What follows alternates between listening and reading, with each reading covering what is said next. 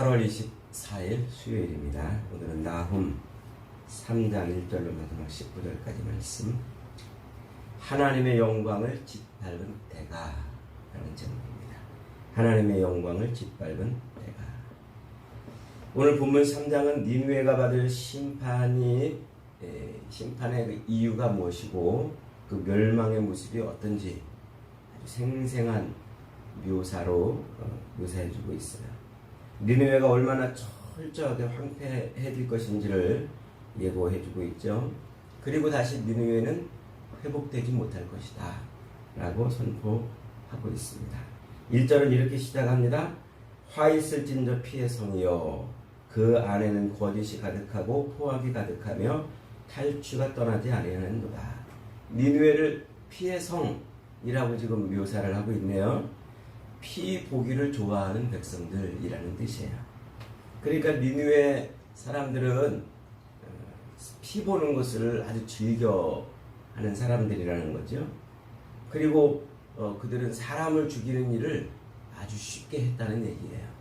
사람 죽이는 일을 별로 그렇게 두려운 일로 생각하지 않고 대수롭지 않은 일처럼 행했다는 거예요. 참 아주 무서운 말이죠. 그리고 그들은 거짓과 포악이 가득했다 그랬어요. 거짓과 포악이 가득했단 말은 사람 속이는 일을 일상으로 했다 이 얘기입니다. 그러니까 이 아수르는 주변 나라들과 평화 조약을 체결했다가 상대가 방심하면 가서 덮치고 이런 전략으로 주변 나라들을 소국으로 만들었죠. 또 탈취가 떠나지 않는다 그랬어요. 그러니까 다른 민족들이 가지고 있는 그런 부, 재물, 영광 이런 것들을 늘 자기 것으로 삼고 싶어 했던 거예요. 그것을 위해서 거짓도 일삼고 그것을 위해서 사람 목숨 죽이는 일을 아무렇지도 않게 여겼다는 거죠. 2절로 3절은 그들에 대한 하나님의 심판을 아주 생생하게 표현을 해주고 있어요. 일단 심판이 시작되자 나훔 선지자가 마치 그 장면을 직접 목격한 것처럼 아주 실감나게 표현을 해주고 있어요. 이 어떤 문헌이나 또 어떤 글에도 표현되지 않은 그런 방식으로 니느웨의 이 심판을 표현해주고 있는데 여기저기서 고막을 찢을 듯한 채찍 소리가 들리고 지축을 흔드는 전차 바퀴 소리가 들려오는 것처럼 그렇게 묘사를 하고 있어요.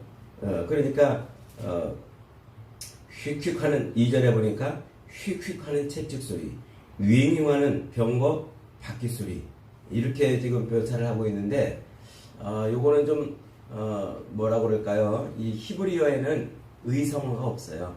그러니까 소리를 흉내내는 그런 말이 히브리어에는 사실은 없어요. 요 말은 이것을 한글로 번역하는 그 번역자가 굉장히 실감나게 번역을 하려고 이 의성어를 써둔 건데 어쨌든 지금 굉장히 니느웨에 임한 그 심판이 아주 굉장히 세밀하게 표현되고 있다 이렇게 말할 수가 있어요. 말들은 아주 무섭게 달리고 그리고 이 기병대가 지나가는 그곳에는 사람들이 수도 없이 쓰러졌습니다. 그리고 칼들이 한번 번쩍이고 창들이 한번 번쩍일 때마다 수많은 시체들이 널브러졌고 도망가는 사람들은 그 시체에 걸려 넘어졌다가 다시 일어나서 또 그 칼에 죽는 이런 일들이 지금 벌어지고 있는 거죠. 4절로 7절에서는 니느웨가 그렇게 아주 생생하게 그리고 실감나게 심판을 받는 이유를 설명해 주고 있어요. 니느웨는 아주 잘생긴 창녀처럼 그 화려함과 이 미혹의 입술로 주변 나라들을 현혹했다 그랬어요. 그들은 마술을 써서 사람을 홀려대는 것처럼 그렇게 사람들을 홀렸다 그랬습니다. 그렇게 다른 나라를 정복하고 자유를 빼앗고 교활한 방법으로 그것을 다시 되팔았다 그랬어요. 그러므로 하나님은 아수르의 대적이 되시고 죄에 상응하는 벌로 그들을 심판하신다 지금 말씀하고 있는 겁니다. 그러니까 이 아수르는 자기들이 주변 나라들을 그렇게 탈취하고 그 탈취한 것을 다시 되팔아서 불을 쌓고 그러면서 주변 나라들을 미혹하고 넘어뜨렸다 그런 거죠. 그래서 하나님은 그 아수르의 가장 부끄러운 것을 드러나게 하고 그에게 오물을 뿌려서 그를 부끄럽게 만들고 주변 나라들의 구경거리가 되게 하실 것이다. 그래서 이 니느웨가 그렇게 멸망하는데 누구도 그 니느웨의 멸망을 슬퍼하지 않고 누구도 니느웨의 멸망을 가슴 아파하지 않는다 라고 지금 표현하고 있죠. 그러면서 8절부터 10절은 이 니느웨를 어디다가 비유하고 있습니까? 노아몬에다 비유를 하고 있어요. 그래서 이 노아몬이 죄로 인해서 멸망한 것처럼 니느웨도 그렇게 멸망할 것이다 하는 거예요. 이 노아몬은 아몬의 성읍이라는 뜻입니다. 이 노아몬은 옛날 고대 이집트의 수도였어요. 이집트의 수도. 그래서 이집트의 제12왕조 시대에 형성되기 시작해가지고 18왕조부터 20왕조까지 이집트의 고대 수도 역할을 했죠. 그래서 그곳은 아주 수많은 건축물들이 아주 화려하게 있는 곳이고 나중에 후에 그 그리스인들이나 로마인들도 그 노아문의 그 건축된 그 도시의 모습을 보고 아주 경탄할 정도로 그렇게 찬란했던 도시였습니다. 이 로마의 그 주피터에 해당되는 신이 이집트의 태양신인데 그 태양의 신이 그곳에서 이제 그 도시를 떠받들고 있다. 그래서 그 도시를 로마인들은 디오스폴리스 이렇게 부를 정도였습니다. 그래서 그 노아문이라는 도시는 아주 굉장히 화려하고 그리고 번영했던 그런 도시죠. 지금으로 치면은 저 이집트의 룩소르 아주 관광지 있죠. 옛날 그 고대 문명들이 이렇게 있는 그 룩소르와 그 주변 일대를 말하는 거예요. 그러니까 이 노아문은 나일강변에 있어서 나일강 자체가 하나의 방어벽이 되었고 그리고 또 오늘 본문에 보니까 이 노아문은 주변에 구스도 있고 붓도 있고 여러 나라들이 동맹체가 되어 있어가지고 감히 그 노아문을 누가 공격할 수 없고 그 노아문을 누가 정복할 수 없는 그런 아주 최고의 도시였어요. 그런데 그 노아문을 누가 정복을 합니까? BC 663년에 이 아수르의 아술 바니팔이라는 왕이 그 노아문을 정복을 하는 거예요. 그러니까 아주 이 나일강이 천연적 방어 요새가 되고 그리고 주변에 동맹들이 버티고 있어서 감히 그 도시를 누구도 점령할 생각을 하지 못했었는데 아수르가 그것을 점령하거든요. 663년에 말이죠. 그러니까 지금 이 아수르 자체가 그 노아문을 점령한 것처럼 누구도 점령할 수 없었던 그 땅을 그렇게 너희들이 점령하지 않았느냐? 너희들의 성읍인 그 니느웨도 그렇게 사람들에게 점령될 것이다. 그 얘기를 하고 있는 거죠. 니느웨는 아주 이 노아문처럼 상업적으로도 입지적인 조건이 아주 좋았습니다. 티그리스 강변에 세워진 도시라고 그랬죠. 그래서 그 티그리스 강을 통해서 저 흑해로 그리고 지중해로 연결되는 이 무역로가 형성이 돼 있어가지고 아주 고대 세계의 큰 무역의 중심지 역할을 했었죠. 그러니까 그 성에는 상업하는 사람들이 아주 많았고 또 장사도 잘 되었습니다.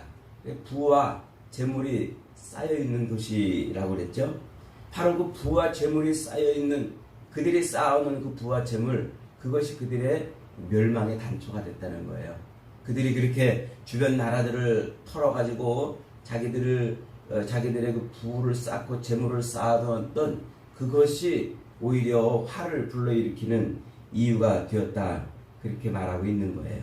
마지막 18절로 19절에서는 그 니느웨의 멸망에 대한 이 나훔의 예언이 이제 마지막 선포되고 있는데 모든 니느웨 백성들이 이제 여기저기 흩어져서 다시는 그 땅으로 모일 일이 없을 것이다 하고 말하고 있습니다.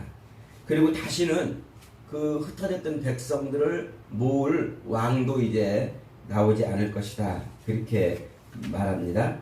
그래서 그 니느웨가 당할 그 상처, 니느웨가 받을 그 심판이 얼마나 치명적이고 큰지 다시는 니느웨가 회복될 일이 없을 것이다.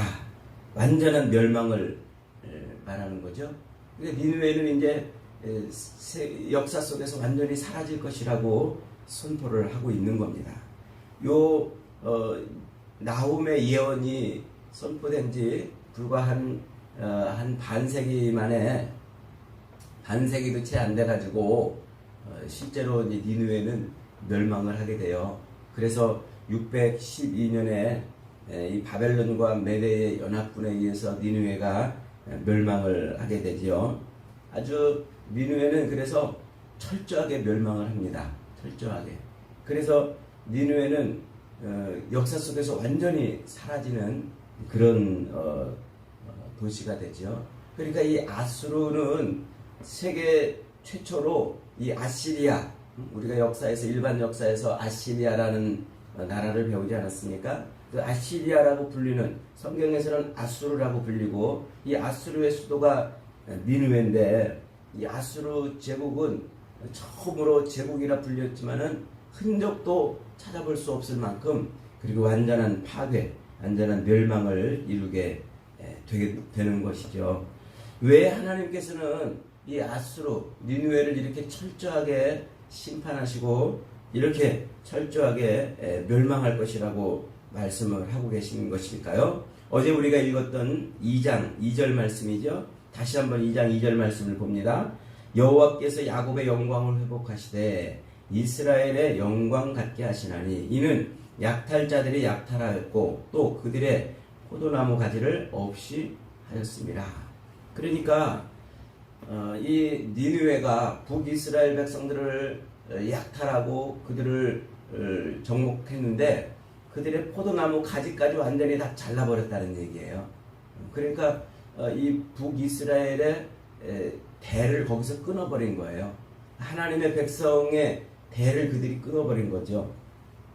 그리고 BC 721년에 그렇게 북이스라엘을 점령하고 한 20여 년 뒤에는 예루살렘을 공격해서 또 하나님의 영광을 짓밟았다고 그랬죠. 그러니까 지금 이 아수르는 북이스라엘의 대를 끊어버리고 그리고 남유다의 그 성전의 모든 것을 다 긁어가고 하나님의 영광을 땅에 짓밟아버려, 땅에 떨어뜨리고 짓밟아버리는 그런 일들을 행한 것입니다.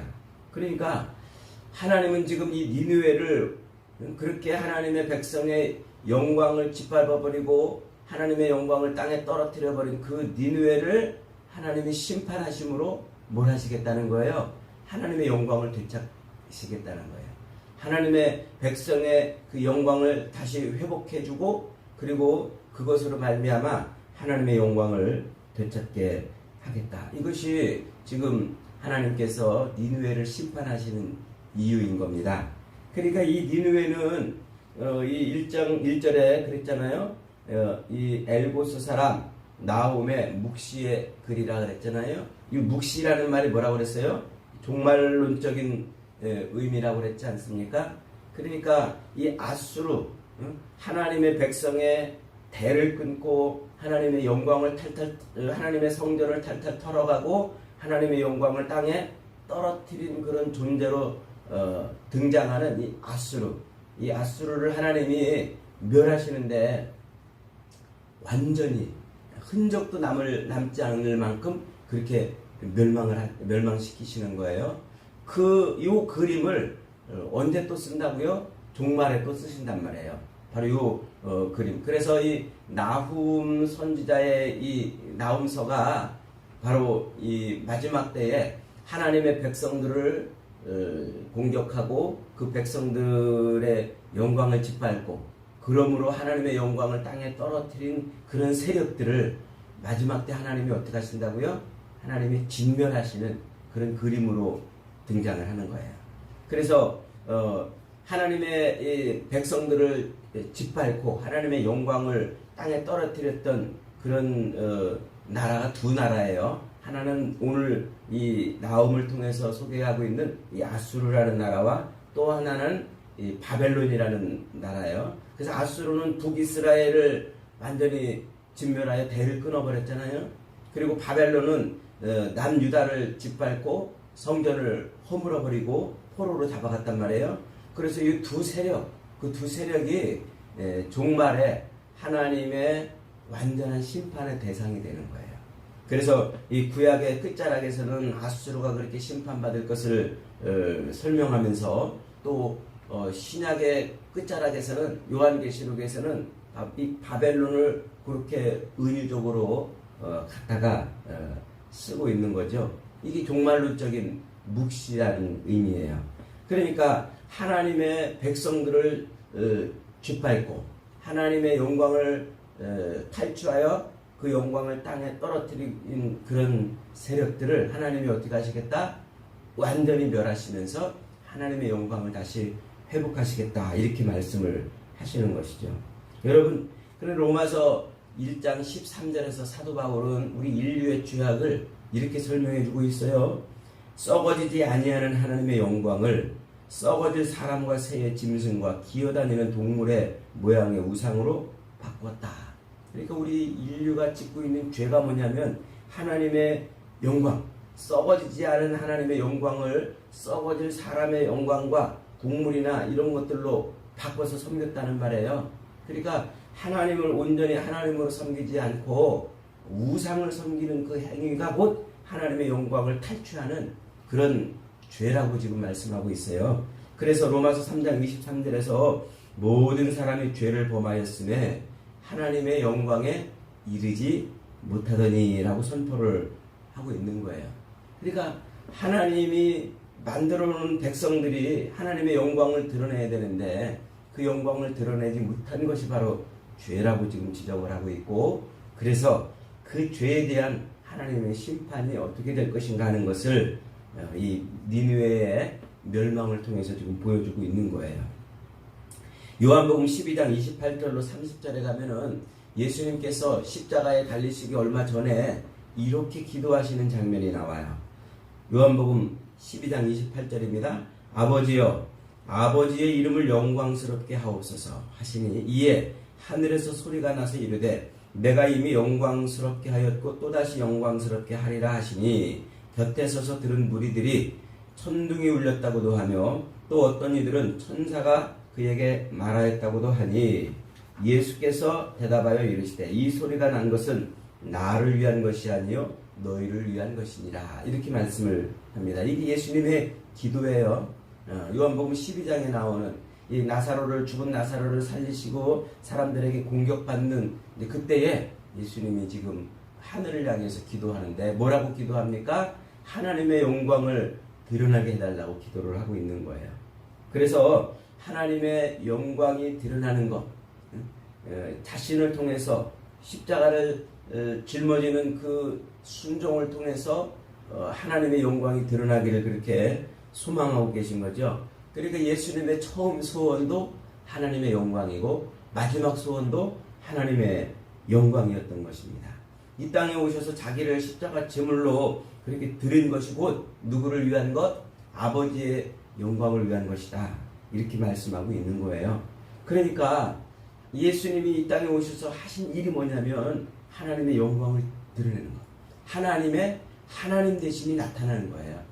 창조주로서 온 세상을 섭리하시는 섭리주로서 세상을 구원하시는 구원주로서 하나님의 하나님 대신을 온전히 드러나게 하시는 이 일을 예수님께서 끝까지 행하신 것이죠.